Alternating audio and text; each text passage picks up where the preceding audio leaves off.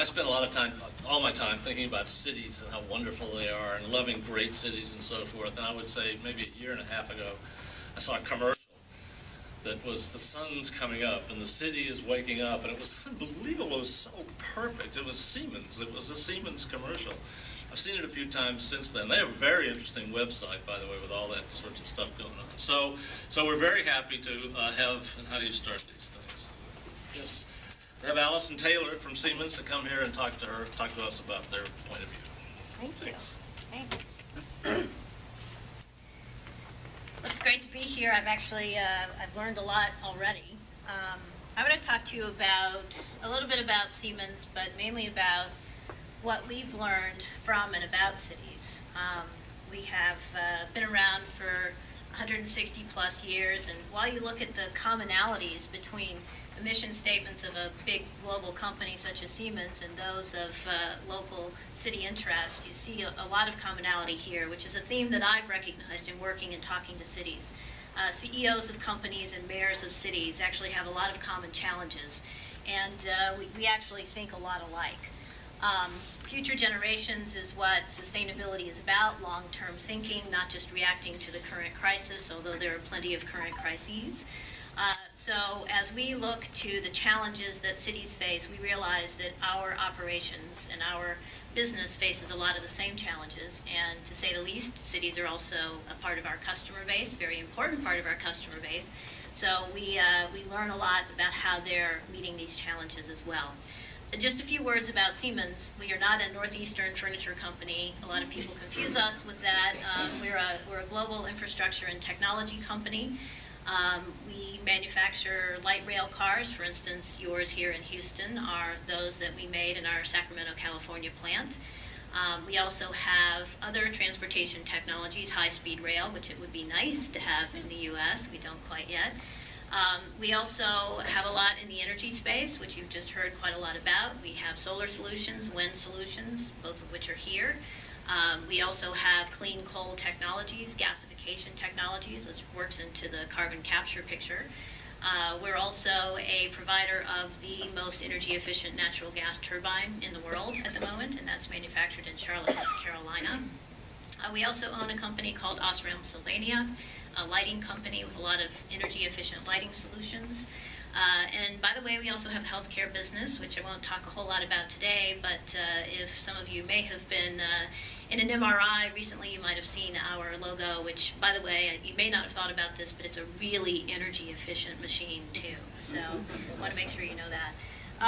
We've retrofitted a lot of your buildings here. We've done energy consulting and water consulting, talking to Houston about how to save those very vital, important natural resources for about 271 facilities around here thus far. We've done a lot of lighting retrofits in Houston as well. We have also been working to help you to replace your street lights, your pedestrian and traffic lights with LED technology. This is going to save you about 90% on your energy cost, and by the way, it also saves quite a lot on maintenance cost, and a lot of people like the quality of that kind of light quite a lot as well. And we've also been looking to partner more with the city as you are moving forward in your sustainability and green action plans, which are really very exciting, that we're getting to know even more about. So we hope to continue to work even more closely. So why does a business care about sustainability? Well, here's an area where I see a lot of commonality with mayors and with cities.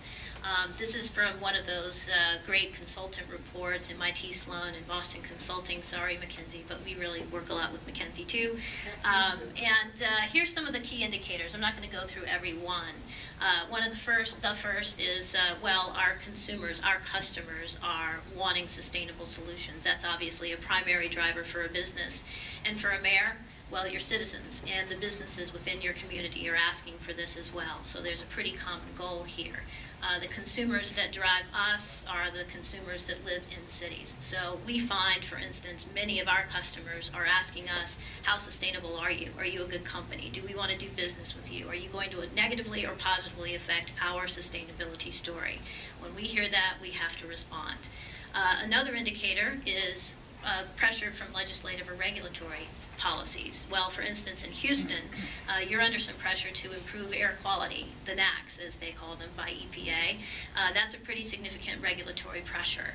We don't see, for instance, a policy nationally to reduce greenhouse gases, but there is a policy nationally to inventory greenhouse gases. We see a lot of our customers responding to that and wanting to make sure that their carbon dioxide emissions are lower because they're having to report those to the public. So those are some examples of regulatory or legislative pressures that our customers are planning for and cities are reacting to as well. Further down on the list, you see competing for new talent. Now, if any of you have young people deciding on their career path, I will take a moment to say, go to engineering school, become an engineer. You will be guaranteed a great job. We are starved for engineers, and so are our peers and competitors globally, as a matter of fact. And as we get out there and we compete for these really smart people, they put us to the test. And they say, are you a good company? I can work for any company I want. Are you a good company? Do I want to work for you? Do you have a good sustainability policy? Are you looking at absolute carbon dioxide emissions or relative carbon dioxide emissions? And that's the time at which our recruiters call me up and go, help, what are they talking about? Well, so we have a nifty new brochure that they can carry around with them to explain all that. But suffice it to say, we get the message. So we better be a sustainable company if we're going to be able to compete for this new talent. Well, guess what? Cities are competing for people, tax base, and they need to meet that young person's desire to live in a sustainable place as well. So we have a lot of issues in common. The megatrends, you've heard a little bit about them. I won't dwell on them too much. Urbanization, demographic change, climate change, and globalization. These are the megatrends that we've identified through a lot of our studies that are not only affecting our operations, but certainly those of our customers. So, for instance, take a look at urbanization. You've already heard from our colleague at McKinsey, more people are living in cities than ever before, and that's a tremendous stress on city infrastructure, city policy, and decision makers. How are you going to supply growing energy demands, growing transportation demands, growing healthcare demands? And then look at the second megatrend, demographic change. Guess what? People are moving into cities and they're living longer. So that also creates a challenge for how are you going to provide access to housing? How are you going to provide access to transportation? We as a provider of services and solutions to cities have to be thinking about how we can innovate in order to meet those needs as well. We have to listen to cities who say, this is our problem today, this is the problem we think we will have tomorrow. With respect to climate change, a lot of debate about that nationally, but there are a lot of cities that say, forget the debate, we got to have an adaptation plan, we have to think about how we're going to build, particularly if we're a coastal city. So you see a lot of climate adaptation plans now in the United States on the Northeast and in the Northwest. If you're going to be thinking about rising sea levels, you have to be thinking about city planning accordingly. And globalization. We have a global supply chain. It's a real challenge for us to figure out what a fourth or fifth tier supplier is doing because we don't interact necessarily directly with that supplier. How is that related to cities? Well, cities are also a part of a global commerce environment and the businesses that operate within them. And so this is an information challenge. It's also a security challenge. Cities and the private sector are meeting these challenges, hopefully together. We did another study when we asked mayors, almost 500 of them responded. So what are the megatrend challenges that are most affecting you? No surprise, financial issues, recession issues, and this hasn't gotten any better since this survey was taken, as a matter of fact, are the number one challenge. But look at the other challenges that all relate to that. What are we going to do about aging infrastructure? What are we going to do about our water systems, water leakage rates, and providing increasing supply for water, demand for water to our citizens? What do we do about roads and highways? How do we get people around? How do we replace roads and highways with different types of transportation? And what do we do about water supply? Again, that's very related to climate issues and certainly an issue that, for instance, Atlanta faced in the not too distant past.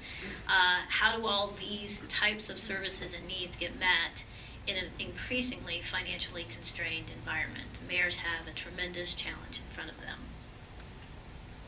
So we see that a lot of mayors are actually talking like CEOs. They're talking about needing to deploy efficient, cost-efficient, energy-efficient technologies, needing to look into the future, needing to think about how they're going to invest so that they can be flexible for growing populations and growing demands, how they can take advantage of evolving technologies affordably and also provide access to those technologies to their citizens.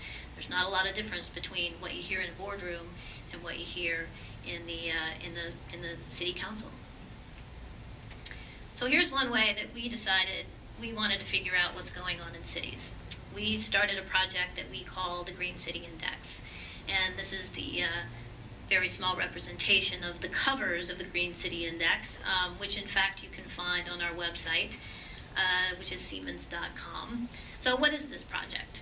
Well, we went for almost every continent, and we picked the cities that are the largest, population-based, the largest, and there was about 20-25 cities per continent. And we looked at environmental indicators. So we're talking about the environmental aspects of sustainability. And we actually ranked these cities against one another, which might be a really stupid thing to do for a company that has cities for customers. We could have really angered everybody who didn't make it to number one. But what we found with our first index, which was actually our European index, is that the cities that were at the bottom were not too surprised, and they utilized that index as a call to action, to go to their citizens and their decision makers and to say, you know what, we got to do better, we need to compete. Those in the middle were the ones who typically thought they maybe should have been closer to the top, and those at the top weren't too surprised either. We did all of this with the Economist Intelligence Unit. Siemens is not a statistics or research-based organization, so we partnered with a very credible research-based organization. They utilized primarily publicly available data. Every city had the opportunity to comment and to provide additional data or to tell the EIU where they may have gone wrong.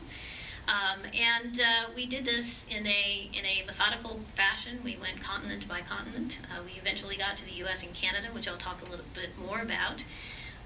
So here's the way that we started: the European City Index, and then the Latin American Index, which is a little different. It was a more data-limited area, so we didn't have quite as much numerical data upon which to rank these cities. The Asian Green City Index, the German Green City Index, U.S. Canada, and the African Green City Index, and Australia. Australia was the last. Africa was a real challenge data-wise as well. And now I'm going to go through some of the just high-level findings. I don't want to dwell too much on this. And by the way, I'm happy to make this deck available because I know I'm putting a lot of detail and sort of speeding through it.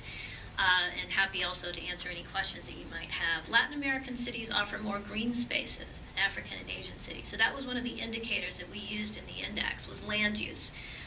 And we found kind of a surprising factoid here, that Latin American cities have more green spaces, and they're fairly densely populated. One of the better green space cities here in the U.S., Canada, New York. Think about Central Park. That surprised a lot of people. Asian cities are by far the most dense. If you look at this little graphic representation here, you can see how the continents, the largest cities on the continents, kind of stack up. Asia is really quite far ahead of the rest. And you can see the United States and Canada might be a little less densely populated than you may have thought.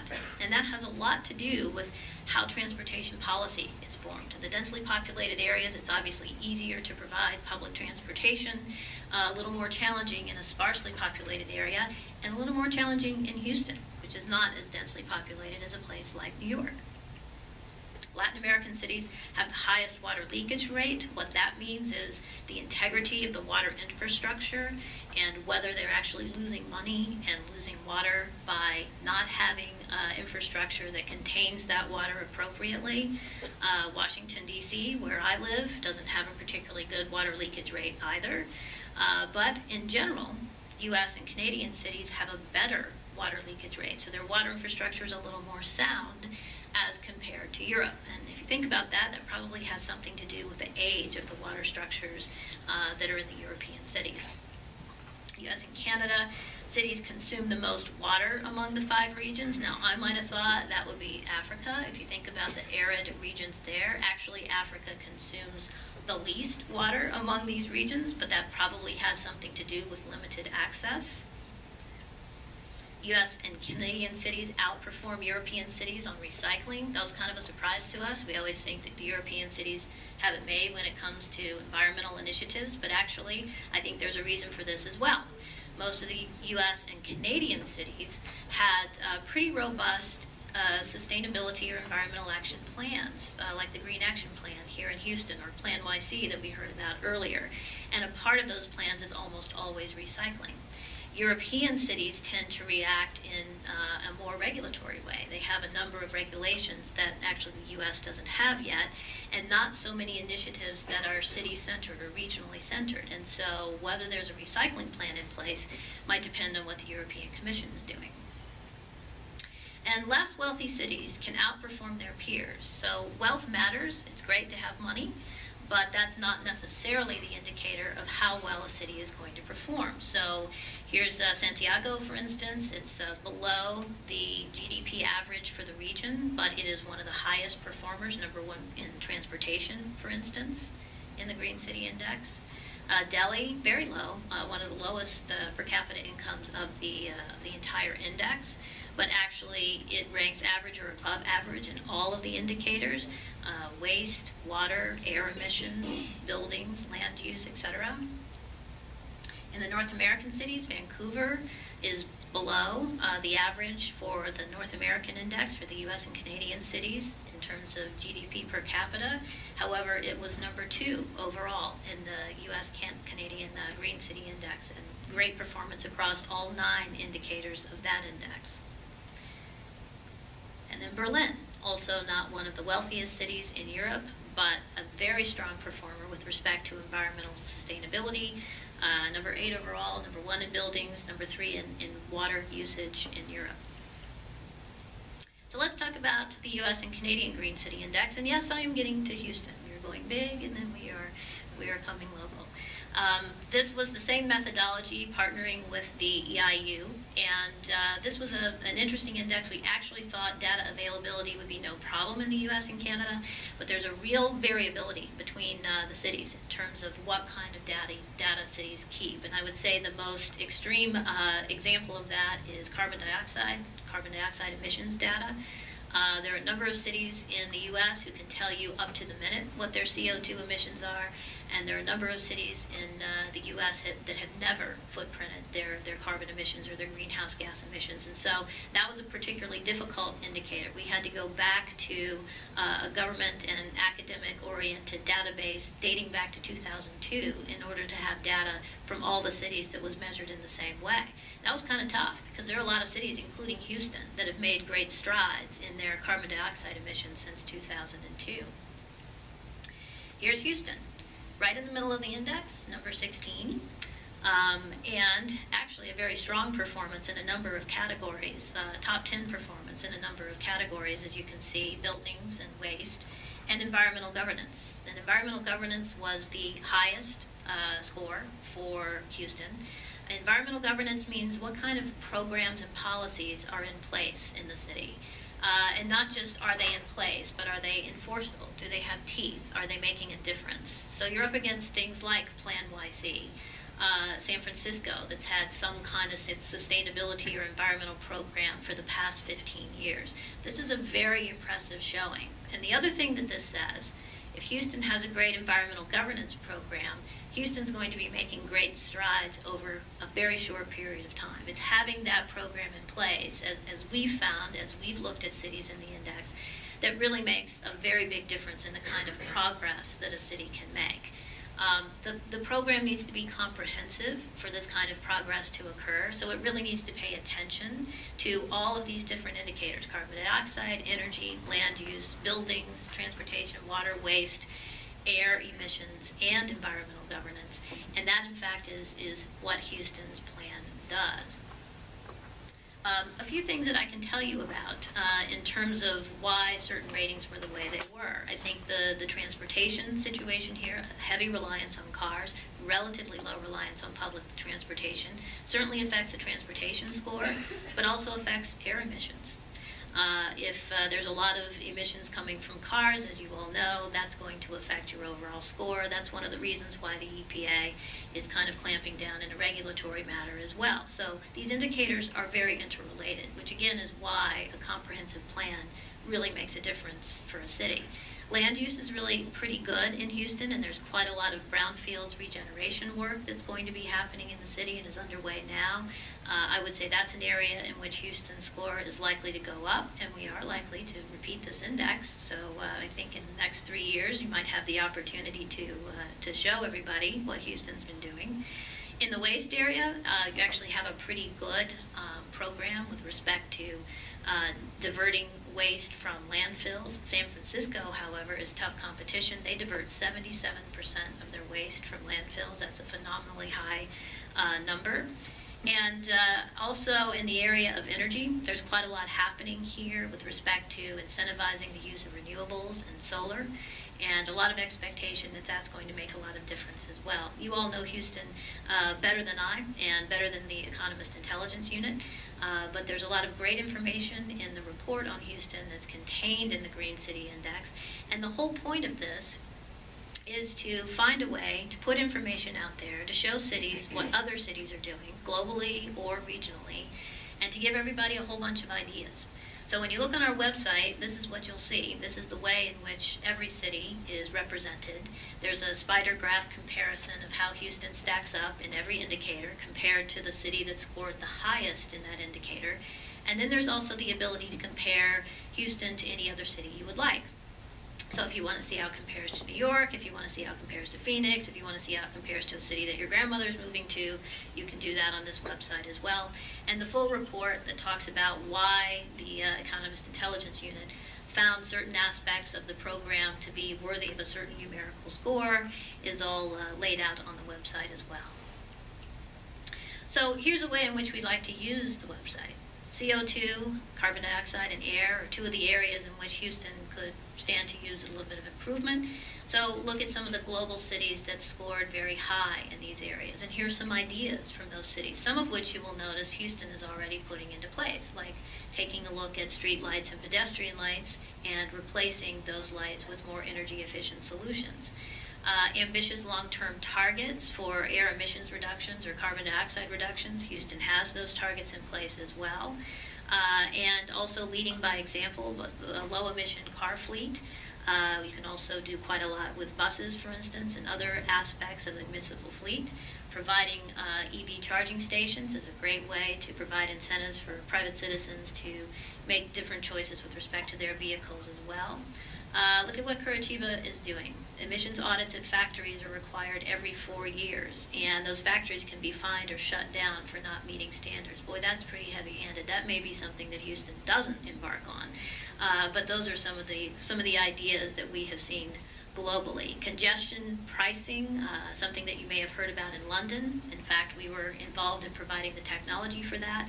That has not been a very popular solution in the U.S. That means you're actually charging people as they're monetarily charging people in a toll kind of situation as they're coming into the city limits. But that has certainly been a strategy that in various cities, including Norway, Oslo, have really reduced the car traffic coming into the city boundaries. So I'll close by putting together a few of the lessons that we've learned from these global indices. One is good governance. That comprehensive plan, that green action plan, for instance, is really needed to manage local environmental challenges. And the comprehensive nature of it, the holistic approach, is what we have seen to be the most successful. Wealth makes a difference, but it's not essential. As I showed in that one slide, there are a number of cities that are actually below their regional GDP per capita numbers, but they nevertheless have been very successful in finding ways to reduce their environmental footprints. Encouraging community participation. I think every speaker talked about that today, the importance of transparency, the importance of engaging your population. That's the constituency of a city, and having people understand and provide input is very important to the success of the programs. Making the investments in the right technologies now, investments that are flexible, that will accommodate a growing population and the challenges that go along with that. Managing health, poverty, and environmental agendas simultaneously, the so-called triple bottom line of sustainability, economic, social, and environmental aspects. Managing these together and holistically makes a lot of sense because they're all interrelated. and also providing basic services to reduce poverty and pollution. This is probably an issue a little more clear in some of the developing world, where there are settlements, for instance, that have a very negative impact on the environmental health of the city. But in every city, managing the environmental health and the economic health of the communities has a tremendous impact on the overall sustainability of the city. So I'll close there, and thank you very much, and we hope to work with you more.